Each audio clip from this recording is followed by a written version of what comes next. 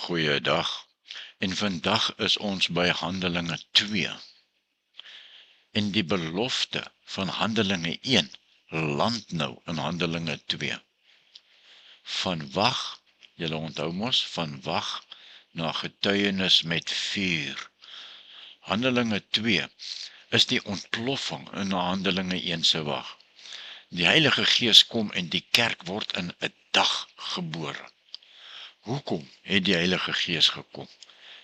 Die Heilige Gees het gekom om ons, vir jou en my, na ander te stuur met 'n boodskap.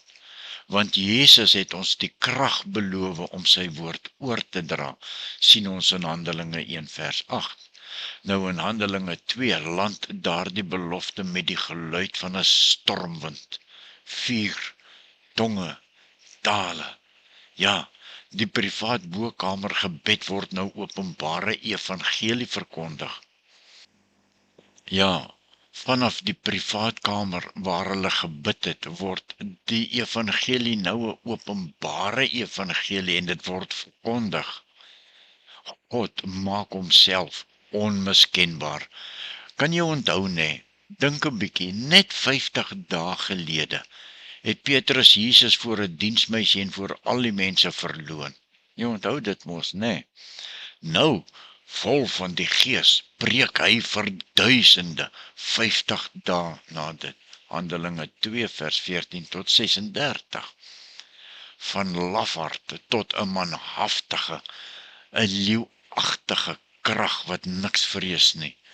Dis wat die Gees doen. Die boodskap is eenvoudig. Hierdie Jesus wat julle gekruisig het, hom het God, Here en Christus gemaak. En 3000 mense word daardie dag in die hart getref en hulle bekeer. Handelinge 2 bewys dat wanneer die Gees gewone mense vul, banggelowiges dapper getuies word. Goed, kom ons lees nou Handelinge 2 tesame. Ek lees uit die 83 nuwe vertaling vandag. Toe die dag van die Pinksterfees aanbreek, was hulle almal op een plek bymekaar.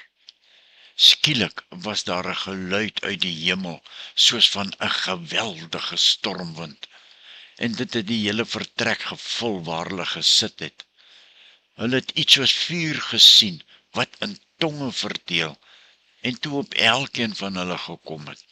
Almal is met die Heilige Gees vervul, en hulle het in ander tale begin praat, soos die Heilige Gees dit aan hulle gegee het, om onder sy leiding te doen. Daar het godsdienstige Jode uit al die nasies onder die son in Jerusalem gewoon. Toe die mense die geluid hoor, het 'n groot skare saamgedrom, en omdat elkeen gehoor het hoe daar in sy eie taal gepraat word, het hulle nie geweet hoe hulle dit het nie. Verras en verbaas sê hulle toe: "Die mense wat daar praat, is tog almal Galileërs? Hoe hoor elkeen van ons dan sy eie moedertaal?" Perse, Medeërs, Elamiete, sowel as die inwoners van Mesopotamië, Judea en Kappadosië, Pontus en die provinsie Asië, Frigië en Pamfilië, Egipte en dele van Libië, om Sirene, mense uit Rome, Jode sowel as heidene wat die Joodse geloof aangeneem het, Kretensers en Arabiere. Ons hoor hulle in ons eie tale praat oor die groot dinge wat God gedoen het. Hulle was almal verbaas en uit die veld geslaan. Party het vir mekaar gevra: "Wat kan dit tog beteken?" Maar party het gespot en gesê: "Hulle is dronk." Petrus se toespraak op hierdie dag, Pinksterdag, vers 14. Toe staan Petrus saam met die 11 ander apostels op en onder leiding van die Heilige Gees spreek hy die mense toe: "Jode en julle almal wat in Jerusalem woon, ek moet vir julle verduidelik wat gebeur het. Luister na wat ek gaan sê. Hierdie mense is nie dronk soos julle dink nie, want dit is nog maar 9 ure in die môre. Nee, hier gebeur wat God deur die profeet Joël gesê het. So sal dit in die laaste dae wees, sê God. Ek sal my gees uitstort op alle mense. Julle seuns en julle dogters sal as profete optree. Julle jong mense sal gesigte sien. Julle ou mense sal drome droom. Ja, op my dienaars en my dienaresse sal ek in daardie dae my gees uitstort, en hulle sal as profete optree. Ek sal tekens bo in die lug en wonders onder op die aarde gee, bloed en vuur en rookwolke. Die son sal pikdonker word en die maan bloedrooi, voordat die groot en die glorieryke dag van die Here kom. So sal dit dan wees. Elkeen wat die naam van die Here aanroep, sal gered word. Israeliete, luister na hierdie woorde. God het Jesus van Nasaret aan julle bekend gestel deur die kragtige dade, die wonders en die tekens wat God hom by julle laat doen het. Daarvan weet julle tog self. God het besluit en dit vooruit bepaal om hom aan julle uit te lewer. En julle het hom deur heidene aan die kruis laat spyker en hom doodgemaak. Maar God het hom van die smarte van die dood verlos en hom uit die dood laat opstaan. Dit was immers vir die dood onmoontlik om hom, Jesus, gevange te hou. Van hom sê Dawid, ek het die Here altyd voor oë. Hy is aan my regterhand, ek sal nie wankel nie. Daarom is my hart bly en my tong jubel. Ja, meer. Ek het die verwagting dat my liggaam sal lewe, want U sal my nie aan die doderyk oorlaat nie. U sal nie toelaat dat U troue dienaar vergaan nie. U het my baie van die lewe geleer. U teenwoordigheid sal my met vreugde vul. Broers, wat ons voorvader Dawid betref, moet ek dit vir julle baie duidelik stel. Hy het gesterwe en is begrawe, en sy graf is nou nog hier by ons. Maar hy was 'n profeet, en hy het geweet dat God met 'n eed aan hom beloof het, dat een van sy nakomelinge op sy troon sou sit. Daarom het hy die opstanding van Christus vooruitgesien en gesê, hy is nie aan die doderyk oorgelaat nie. Nee, en sy liggaam het nie vergaan nie. God het hierdie Jesus uit die dood laat opstaan, en daarvan is ons almal getuies. Hy is verhoog aan die regterhand van God, en hy het die Heilige Gees wat beloof is, van die Vader ontvang en uitgestort. Dit is wat julle nou sien en hoor. Dawid het nie na die hemel toe opgevaar nie, en tog sê hy, die Here het vir my Here gesê, sit aan my regterhand, totdat ek jou vyande aan jou onderwerp het. Die hele Israel moet nou vas en seker weet, God het hierdie Jesus wat julle gekruisig het, Here en Christus gemaak. En dan kyk ons nou na die eerste bekeerdes.